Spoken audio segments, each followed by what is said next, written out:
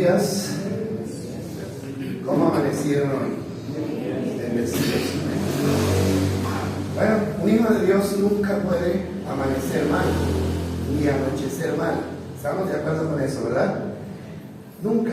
Así que nuestra mente y nuestra mentalidad tiene que ser en que somos hijos de Dios, somos amados de Dios, somos protegidos de Dios, y eso tiene que traer paz y tranquilidad a nuestra vida. Vamos a estudiar esta mañana. Entonces, bienvenidos a este estudio. Cuando hablamos de un estudio, estamos hablando de la necesidad de concentrarnos, de la necesidad de poner atención para poder entender esta palabra. Vamos a ir a Juan capítulo 1, versículo 9. Juan capítulo 1, versículo 9 hasta el versículo 11. Bueno, con este pasaje comenzamos nuestro estudio esta mañana, esperando que Dios pueda alimentarnos y pueda dar nuevas fuerzas a nuestras vidas. Dice Juan capítulo 1, versículo 9: aquel que es la luz verdadera, quien da luz a todos, venía al mundo. Vino al mismo mundo que él había creado, pero el mundo no lo reconoció. Vino a los de su propio pueblo y hasta ellos lo rechazaron. Hasta ahí nomás. Bueno, con esto tenemos una idea. Y una de las cosas, digo yo, para mí, ¿no?, como lector de la Biblia, yo creo que para muchos, una de las cosas más difíciles de entender es por qué fue su propio pueblo el que rechazó a Jesús. Eso es lo que está diciendo el texto. Su propio pueblo, los mismos que pertenecían al pueblo de Israel, fueron los que rechazaron a Jesús. Ellos no le creyeron. Eso lo dice la palabra. Ellos lo catalogaron de impostor. Y también lo catalogaron de una persona que estaba endemoniada. Eso también está escrito. Ahora, la pregunta es, ¿cómo es posible que ellos, que tenían las escrituras y conocían las profecías, pudieran hacer esto? O sea, si el pueblo gentil, que no conocía las escrituras, lo aceptó, porque más adelante dice: pero a todos los que creyeron en él y lo recibieron, les dio derecho de llegar a ser hijos de Dios. Bueno, esta pregunta puede tener muchas respuestas. Usted puede tener una respuesta y puede ser válida, pero hay una razón de mucho peso para poder entender esto que sería bueno considerar esta mañana. Y una de las cosas que tenemos que entender es que ellos conocían al Dios del Antiguo Testamento. ¿Quiénes ellos? Los judíos. Conocían al Dios del Antiguo Testamento. Ahora, pero ese mismo Dios tomaba otra forma y ellos deberían reconocerlo y no lo hicieron. Miren lo que dice aquí el texto.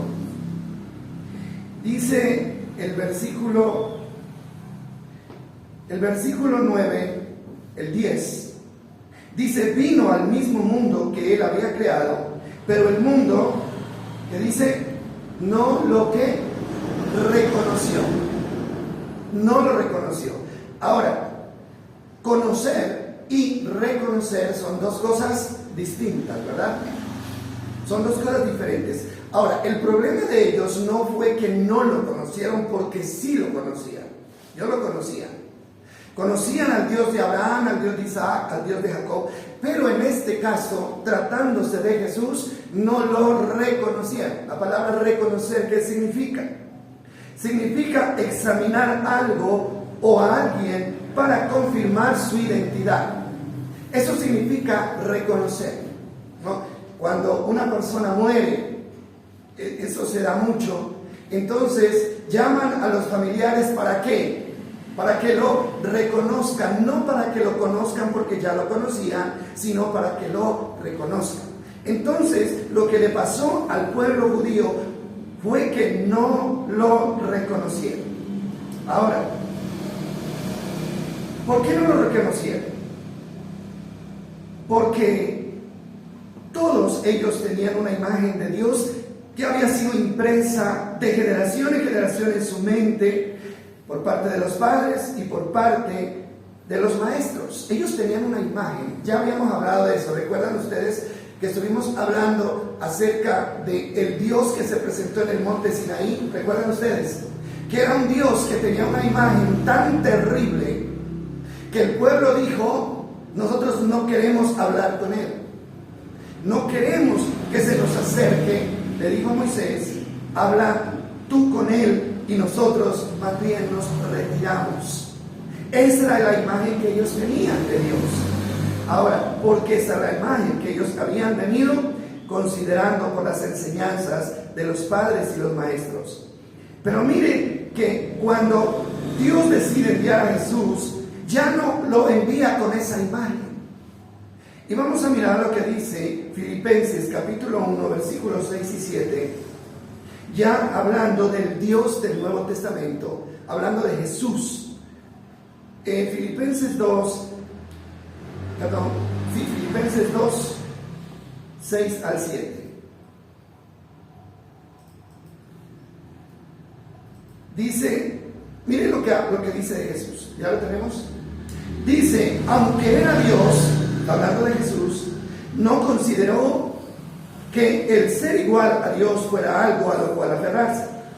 En cambio, mire lo que dice el 7, en cambio renunció a sus privilegios divinos, adoptó la humilde posición de un esclavo y nació como un ser humano cuando apareció en forma, ¿de qué dice? De hombre.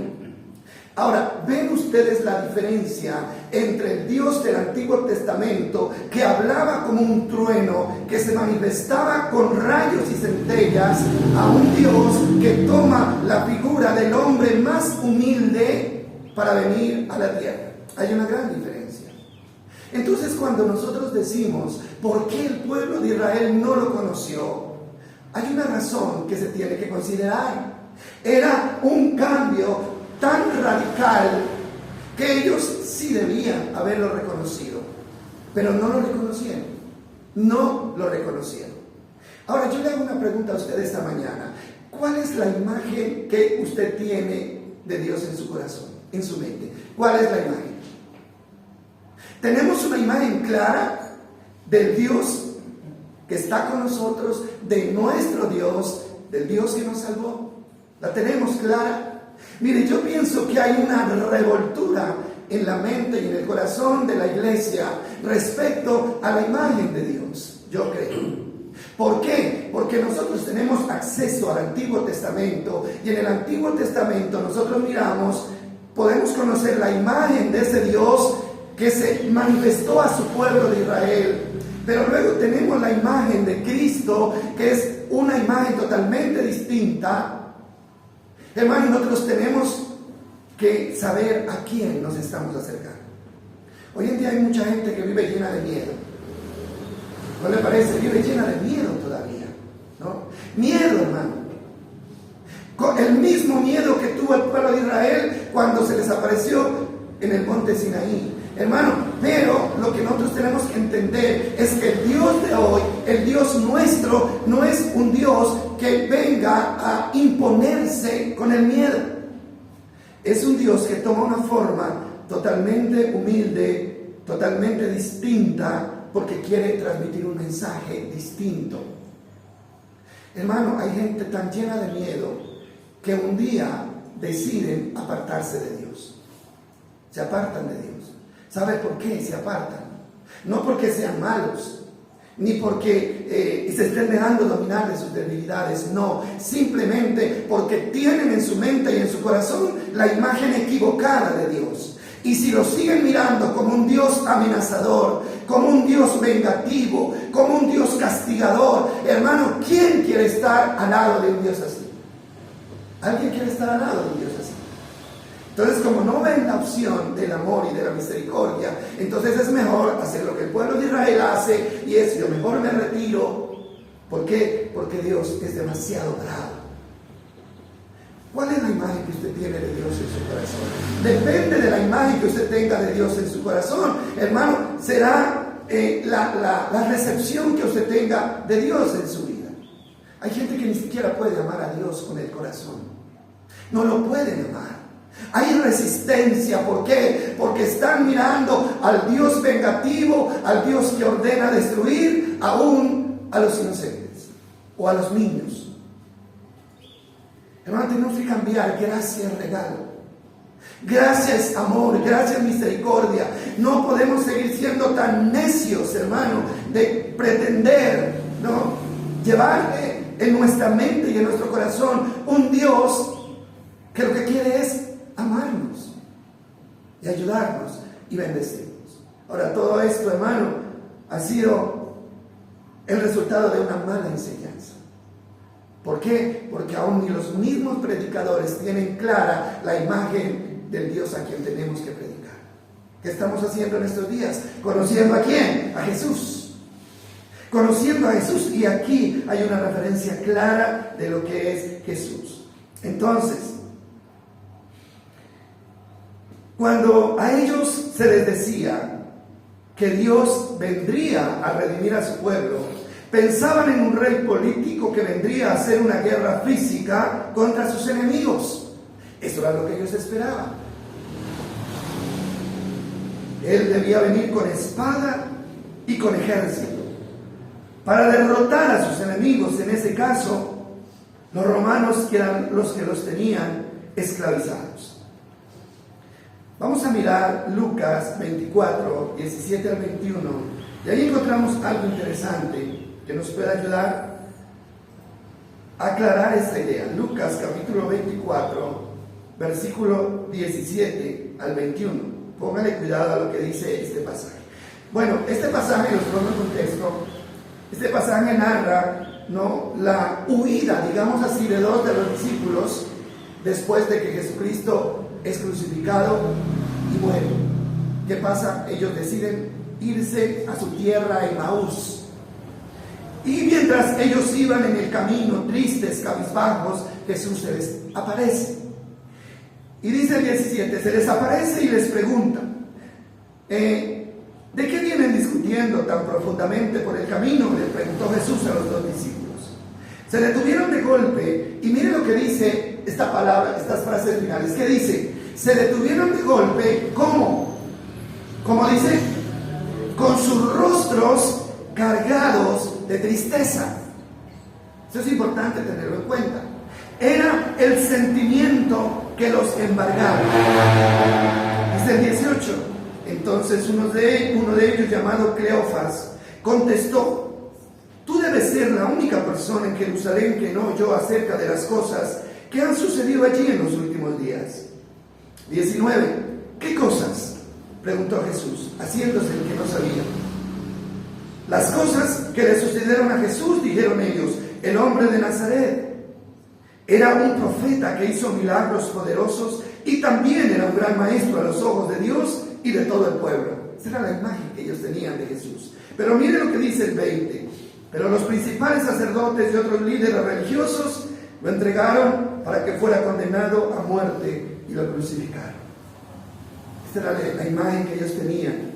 Y miren lo que dice el 21. Aquí están las expectativas que ellos tenían y que se habían venido abajo. Dice, pero nosotros, dice el 21, teníamos la esperanza de que Él fuera el Mesías que había venido para rescatar a Israel. Todo esto sucedió hace 3 días. ¿Cuál era la expectativa de ellos, ¿no?, con Jesús?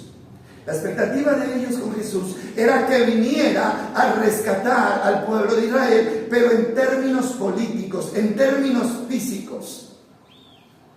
¿Por qué la decepción y la tristeza? ¿Sabe por qué? Porque ellos nunca imaginaron que ese héroe que había hecho milagros, que lo habían visto hacer cosas tremendas, iba a terminar muriendo en una cruz. Y ahí iba a acabar todo. Lo vieron morir. Estuvieron ahí hasta que murió. Ya iban a completarse 3 días. Y ellos dijeron, de ahí ya nadie se levanta. Esto se acabó.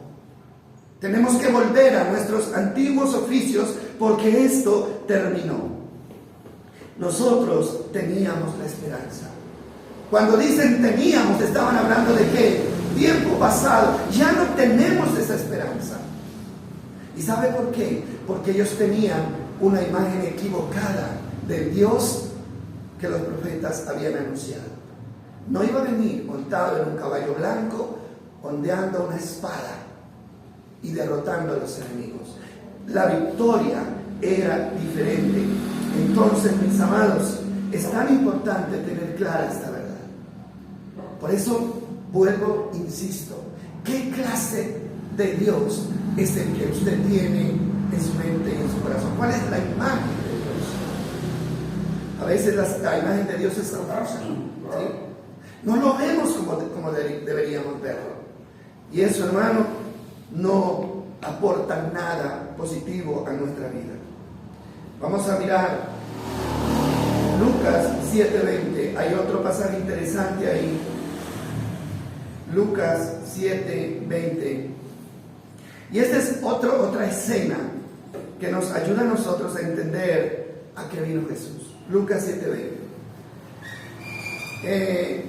Aquí el contexto anterior dice que Juan el Bautista había sido tomado preso, ya estaba prisionero y estaba a punto de ser ejecutado. Dice así: los discípulos de Juan encontraron a Jesús y le dijeron, dice que Juan, estando en la cárcel, llama a unos discípulos y les dice: vayan, porque yo he oído que hay alguien que está haciendo milagros. Háganme el favor y vayan y pregúntenle si él es el Mesías o esperamos a otro. Tampoco sabían, ni siquiera Juan el Bautista estaba seguro de si Jesús era o no era. Entonces dice aquí el 20, dice: ya los discípulos, obedeciendo el ruego de Juan, dice, los discípulos de Juan encontraron a Jesús y le dijeron: Juan el Bautista nos envió a preguntarte, ¿eres tú el Mesías a quien hemos esperado o debemos seguir buscando a otro? Hermano, es que el problema de no tener claro el Dios que tenemos es que tenemos que seguir buscando. Y la gente sigue buscando, ¿no les parece? La gente sigue buscando. Y por eso van de una iglesia a otra y siguen buscando, hermano. Y cuando una persona va y busca y dice: este no es, este sí es porque no está seguro del Dios en el que ha creído. Entonces, ellos estaban en esa misma situación, y dice el 21, en ese preciso momento, Jesús, ¿qué dice? Digo: yo soy, no busque más. Así dijo, no. Miren lo que dice el texto. En ese momento Jesús sanó a muchas personas de enfermedades, dolencias, y expulsó espíritus malignos y les devolvió la vista a muchos ciegos. Pero dice el 22, luego les dijo a los discípulos de Juan: regresen a Juan y cuéntenle lo que han visto y oído. Los ciegos ven, los cojos caminan bien, los leprosos son curados, los sordos oyen, los muertos resucitan. Y óigame bien lo que dice finalmente. Dice: y a los pobres se les predica ¿qué? La buena noticia. Pónganle cuidado a esto. ¿Por qué? Porque tenemos que ir conectando los eventos para poder tener una idea clara. ¿Listo? Juan quiere saber si este Señor es el Mesías o no. Lo envía a preguntarles lo más lógico. Pero Jesús no responde. Y él no dice: sí, yo soy. Vayan y díganle que yo soy. No dice así. ¿Qué hace? Es lo que me llama la atención. Dice que en ese preciso momento, en vez de confirmar que él era con palabras, dice: comenzó ¿a qué? El versículo 21. ¿A qué? A sanar. Comenzó a sanar. Y eso me llama la atención. Luego les dijo a los discípulos: regresen y cuéntenle a Juan lo que han visto y oído. ¿Qué era lo que habían visto? En otras palabras, Juan era un hombre muy importante. Dice el mismo Jesús que no hubo otro profeta, ni habrá otro profeta tan grande como Juan. Y Jesús quería que él tuviera una respuesta clara de quién era él. Y lo que él hace, que es manifestaciones de misericordia, de amor y de compasión. Eso es lo que hace. Entonces, en vez de decir: sí, yo soy el Hijo de Dios, yo dejé el trono, yo vine, él dice: este soy yo. ¿Sí? ¿Cómo? Lo demuestra con acciones de compasión, de amor y de misericordia. El sello, hermano, de Cristo es la compasión, es la misericordia, es el amor. ¿Estamos de acuerdo con eso? ¿Verdad, mis amados? Ese es el Dios que nosotros tenemos hoy. Ese es el Dios en quien usted ha creído. ¿Sí? Hermano, ¿por qué insistir en quitarle a Dios, ¿no?, esa virtud de amar incondicionalmente y llevarlo al lugar de un juez que está esperando que nos equivoquemos para castigarnos? Hermano, así no se puede amar a Dios. Un Dios así no se lo puede amar. A un Dios así se le puede tener miedo, pero no se le puede amar. Es como los padres, ¿no? Ustedes recuerdan que anteriormente los padres tenían la facultad de castigar a los hijos hasta hacerlos sangrar. ¿Sí lo recuerdan? Bueno, tal vez ya no hay gente de esa generación, pero así lo hacían, ¿no? Y los hijos caminaban rectamente. Lo hacían, pero no lo hacían por amor. Lo hacían ¿por qué? Por miedo, ¿no es cierto? Por miedo. Y cuando un hijo en esa época se equivocaba, entonces, hermano, el mundo se le oscurecía. Y la angustia se apoderaba de ese niño, esperando el momento en que el padre llegara, porque él sabía lo que le esperaba. Y muchos niños, invadidos por el pánico, ¿qué hacían? La mayoría, o ¿qué hacíamos? Huíamos. ¿Sí o no? Corríamos. Pero a veces el papá era más fuerte y corría más duro y nos alcanzaba. Esa era la realidad, ¿sí? Ahora sí había que obedecer, pero por miedo al castigo. Entonces, hermano, esa no es la relación que hoy Jesús quiere tener con nosotros. No es una relación sostenida por el miedo, es una relación sostenida por el amor. ¿Ustedes lo creen? Yo lo creo. Es una relación sostenida por el amor.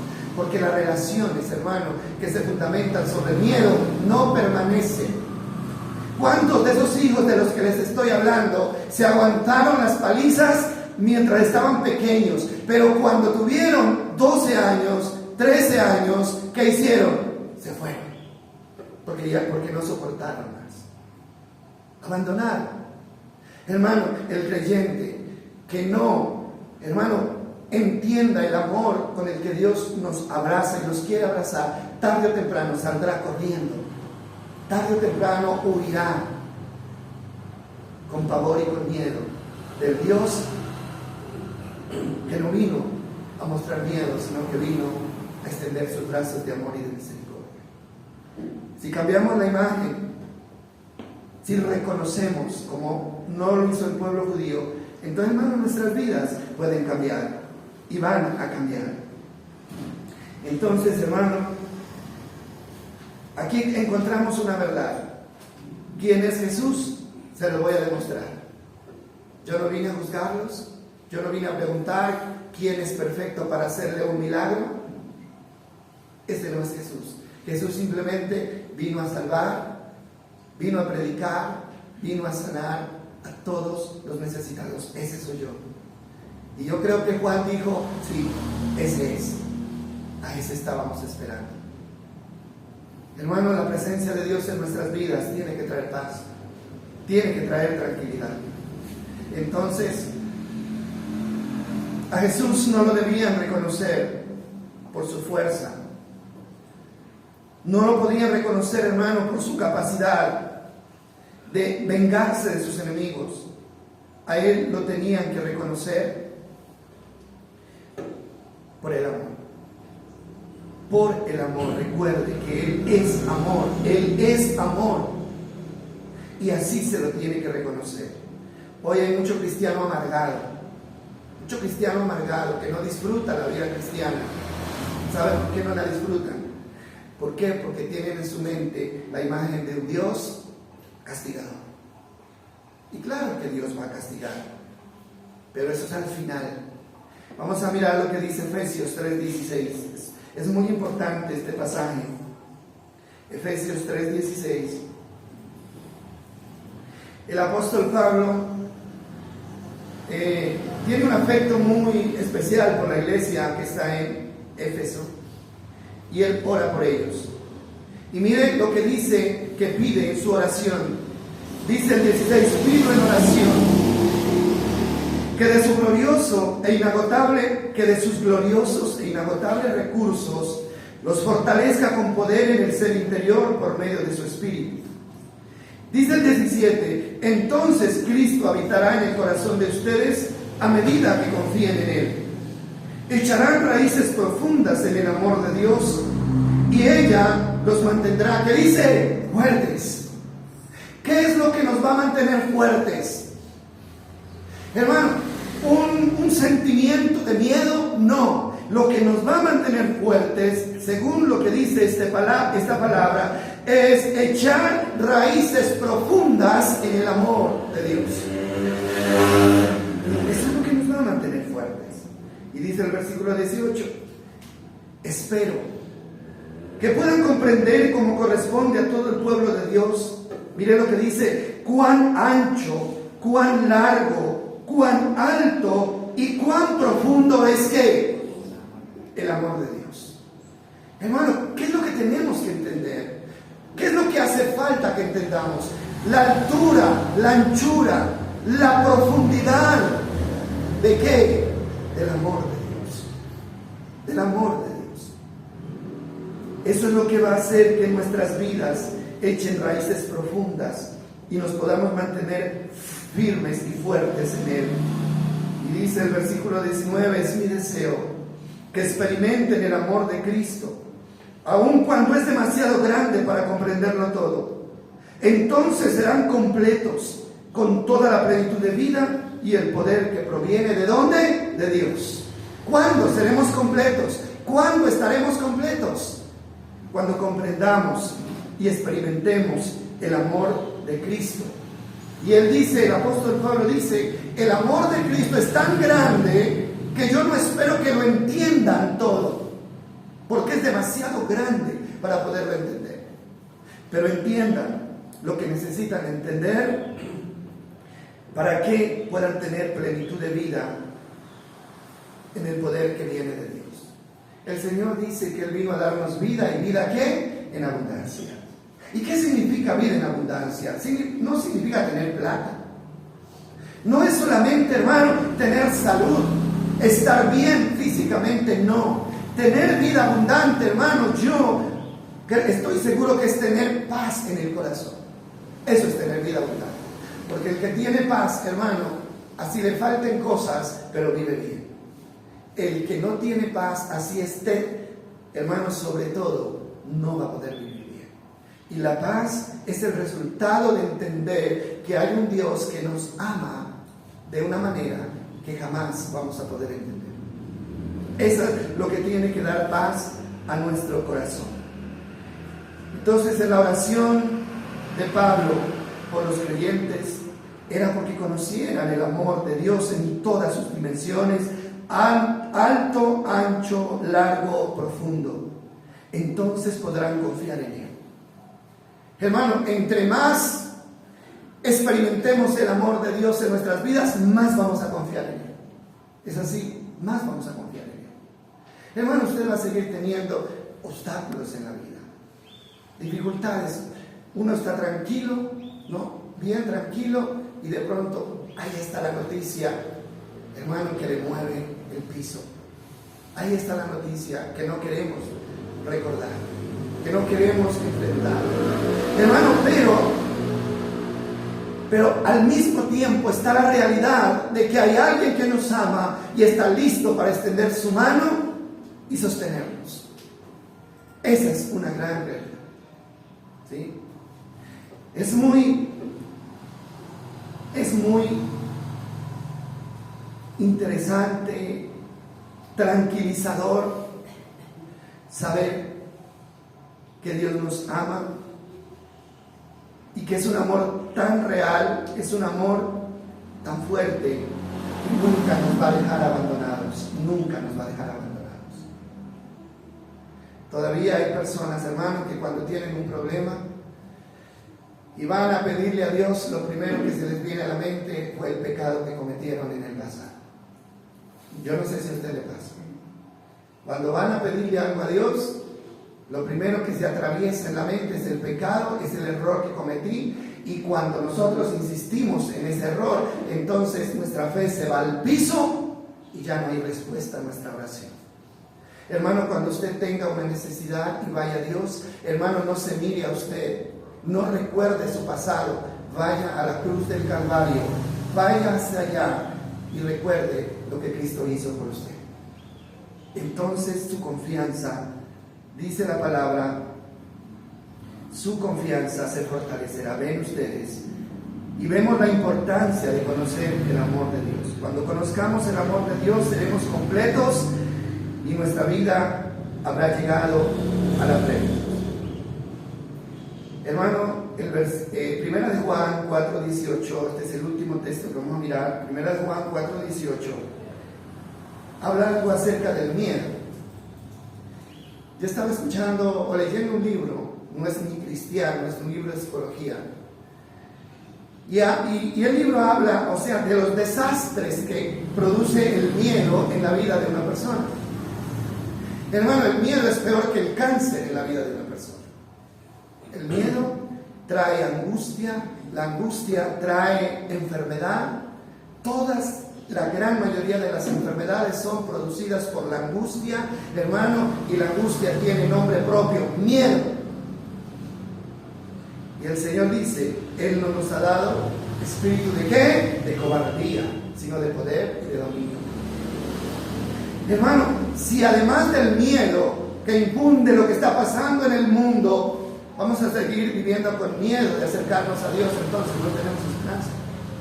Y este texto de Primera de Juan, capítulo 4:18, dice así. Dice, en esa clase de amor no hay temor, porque el amor perfecto expulsa, ¿qué dice? Todo temor. ¿Cuál es el amor perfecto? ¿El amor suyo? ¿El amor mío? No. ¿Cuál es el amor perfecto? El amor de Dios. Y el amor perfecto de Dios tiene que expulsar de nuestras vidas toda clase de temor. Hermano, el miedo es una atadura del diablo a través de la cual Él nos esclaviza y hace que perdamos las bendiciones de nuestro Dios. Miedo a todo. Miedo a todo. Pero Él dice que el perfecto amor expulsa todo temor. Y mire lo que dice el versículo siguiente. Si tenemos miedo, es por temor al castigo. Y esto muestra que no hemos experimentado plenamente el perfecto amor de Dios. Léalo de nuevo porque esto es muy importante. Dice, si tenemos miedo, es por temor al castigo. O sea, el miedo siempre está relacionado con el castigo, con el temor al castigo. Pero miren lo que dice acá. Dice, y esto muestra, el miedo al castigo muestra que no hemos experimentado plenamente el perfecto amor de Dios. ¿Cómo concluimos acá? Cuando entendemos el verdadero amor, el temor al castigo tiene que irse. Y si tenemos miedo al castigo, es porque no hemos experimentado o no hemos entendido el amor de Cristo hacia nosotros. Hermano, ¿quién es el que no quiere que usted conozca el amor de Dios en todas sus manifestaciones? ¿Quién es? El enemigo.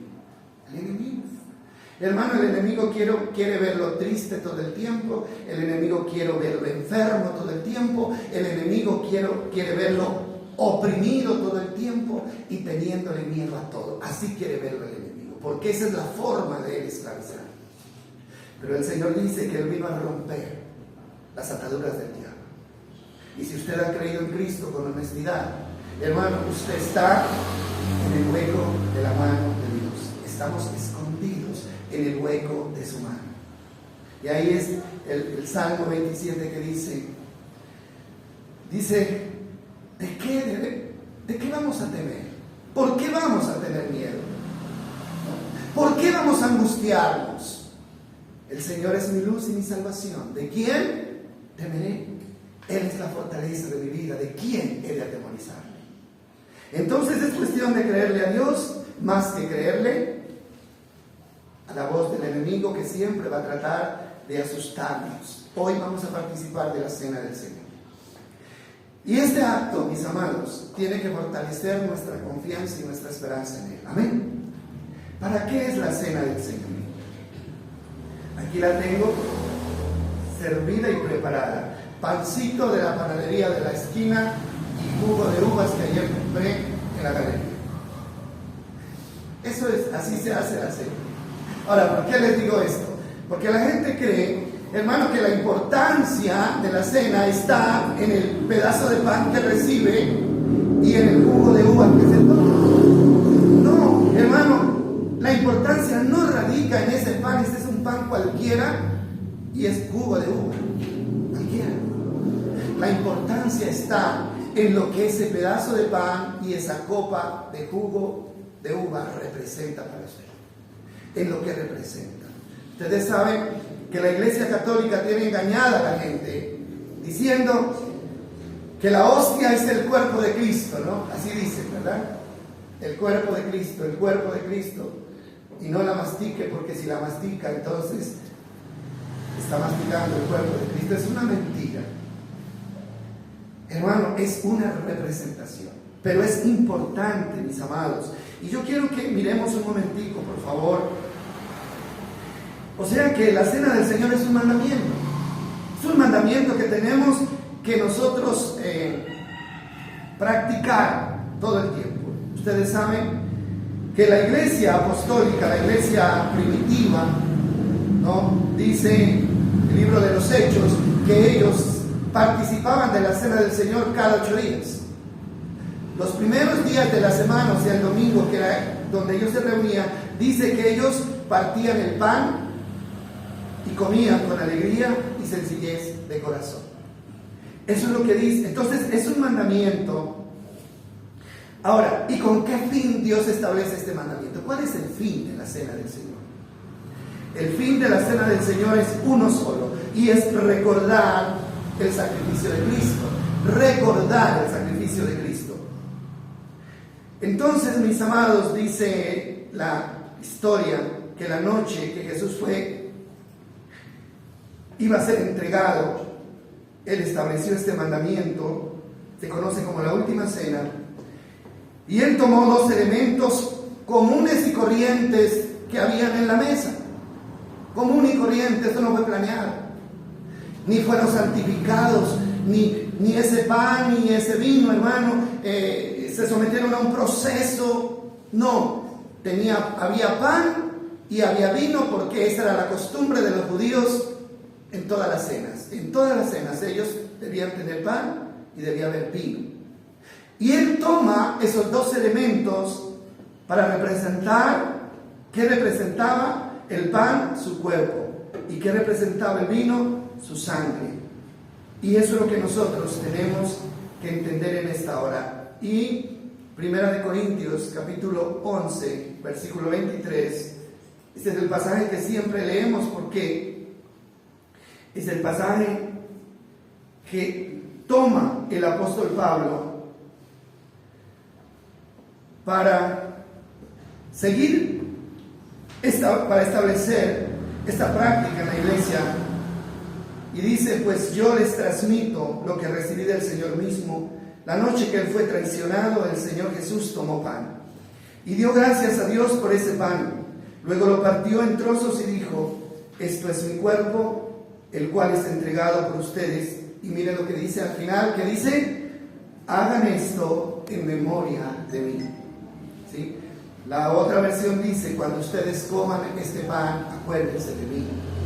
Y dice: de la misma manera tomó en sus manos la copa de vino después de la cena y dijo: esta copa es el nuevo pacto entre Dios y su pueblo, un acuerdo confirmado con mi sangre. Hagan esto en memoria de mí. Hagan esto en memoria de mí. ¿Para qué recordamos el sacrificio? ¿Para qué necesitamos recordar este sacrificio? ¿Saben? Hay muchas personas que creen que tenemos que recordar este sacrificio simplemente para sentir lástima de Jesús. Ay, no, pobrecito Jesús, ¿no es cierto? Lo que él sufrió, lo que él vivió, es para recordar eso. No, no. La conmemoración de la Cena del Señor no es para traer tristeza a nuestra vida, es para traer ¿qué? Gozo y celebración. Además, Cristo no quiere que lo compadezcan. ¿Por qué? Porque Él sufrió una vez, fue crucificado una vez, lo escupieron, lo azotaron una vez, pero hoy está sentado a la derecha del trono y es el Rey de Reyes y Señor de Señores. Por lo tanto, el recuerdo o la conmemoración no es para compadecer a Cristo, no es para eso. Entonces, ¿para qué es? Es para recordar los beneficios de ese sacrificio, con el fin de que nuestra confianza y nuestra seguridad en Él se fortalezcan, mis amados. ¿Cómo se va a fortalecer su fe al devolvernos al Calvario? ¿Sabe? Porque fue en el Calvario que alguien pagó por su pecado. Porque fue en la cruz del Calvario, hermano, que alguien llevó su pecado. Y si usted quiere confirmarlo, está en Isaías.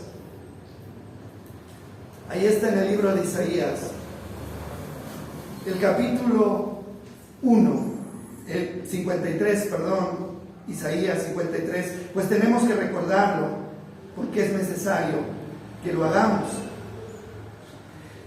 Dice el versículo 3: fue despreciado y rechazado, hombre de dolores, conocedor del dolor más profundo. Nosotros le dimos la espalda y desviamos la mirada. Fue despreciado y no nos importó. Sin embargo, fueron nuestras debilidades las que él cargó. Fueron nuestros dolores los que lo agobiaron. Y pensamos que sus dificultades eran un castigo de Dios, un castigo por sus propios pecados. Pero Él fue traspasado por nuestras rebeliones, aplastado por nuestros pecados, fue golpeado para que nosotros estuviéramos en paz, fue azotado para que pudiéramos ser, ¿qué? Sanados. Hermano, Él compró nuestra libertad en esa cruz. La compró. Ahí nos sanó de nuestras enfermedades, ahí limpió nuestros pecados, ahí se llevó nuestra vergüenza. Esa vergüenza, hermano, por el pecado que cometimos, Él la sufrió allí en la cruz del Calvario. Entonces, recordar, como dice el apóstol Pablo y dijo Jesucristo, es tener claro los beneficios. Si Él ya llevó mis enfermedades, yo tengo que declararme sano. Si Él, hermano, cargó mis debilidades, entonces yo puedo andar derecho y confiado. Si Él perdonó mis pecados, yo tengo que estar seguro de esa realidad. Y yo quiero decir algo en esta mañana. Hoy hay demasiadas cosas que nos atemorizan. Demasiadas cosas. Hay amenazas de enfermedades, hay peligro, hay persecución. Todo lo que se pronostica no es bueno. Esa es una realidad que no podemos desconocer. Pero en medio de todo esto, recordar los beneficios del sacrificio de Cristo, la salvación, la sanidad, debe traer paz a nuestra vida, mis amados. Debe traer paz a nuestra vida. Él, de alguna manera, se hizo responsable de nosotros, aún en medio del mundo más peligroso y más cruel en el que Él sabía que teníamos que vivir. Usted tiene que hacerle caso a la palabra. Usted tiene que aprender a descansar en Él. Y que esta mañana, hermano, cuando usted tome de este pan y de esta copa, lo haga agradeciéndole al Señor por haber pensado en nosotros, por habernos sanado ya, Todo está hecho. Vamos a estar de pie. Esa canción que cantamos al comienzo, quiero que ahora vamos a cantar, por favor. Hermano, porque es una canción que nos devuelve a la cruz del Calvario.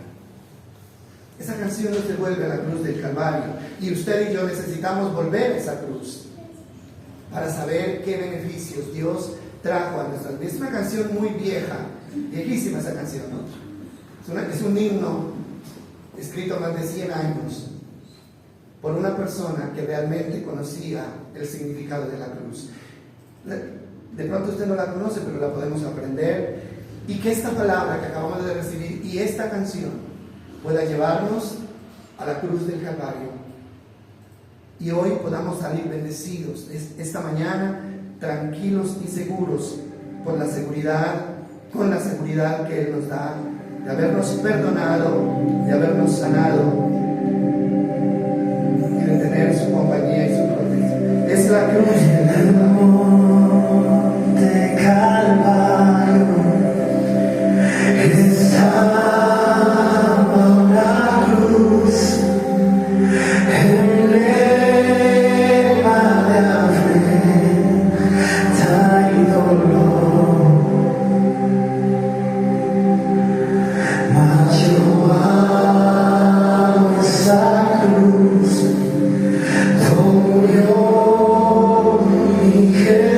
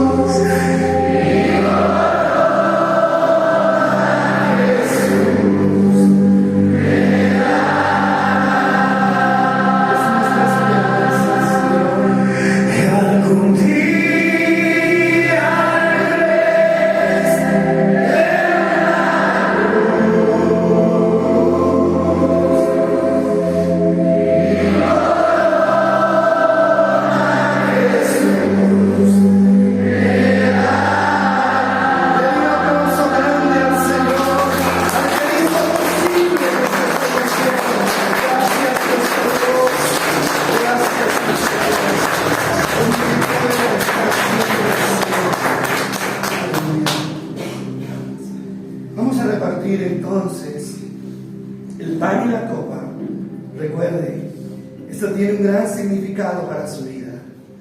Esto nos devuelve a ese glorioso día donde todos nuestros pecados fueron perdonados, donde nuestra gloria fue recibida, fue otorgada. Ese fue el día, un día glorioso que hoy tenemos que celebrar. Gracias, bendito Dios. Qué hermoso es nuestro Dios.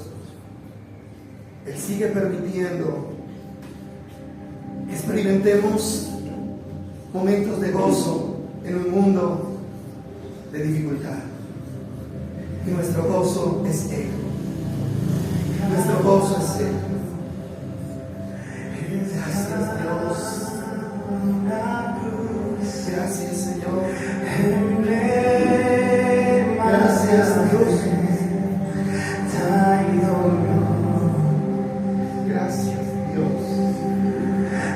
Yo amo esa cruz, murió mi Jesús por salvar almas vidas.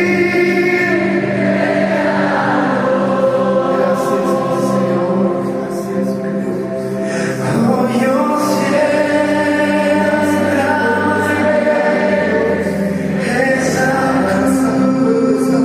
Señor, abraza tu pueblo esta mañana, Dios. mi gloria. Necesitamos esperanza, Dios. Necesitamos fuerza, Dios.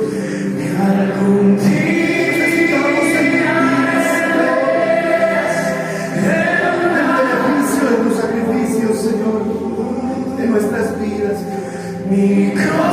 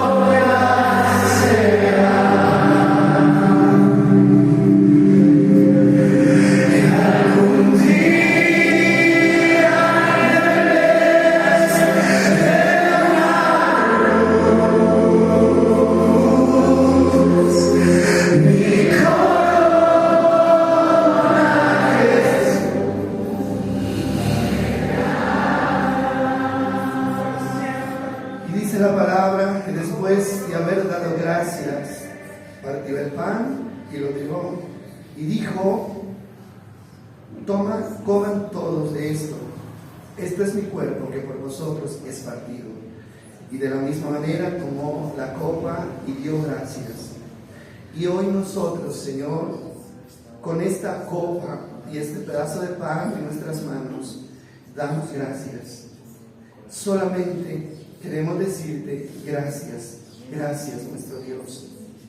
Gracias porque tenemos en nuestras manos lo que representa nuestra liberación, nuestra libertad, nuestro perdón, nuestra sanidad y nuestra paz. Entonces participemos todos del pan y de la copa.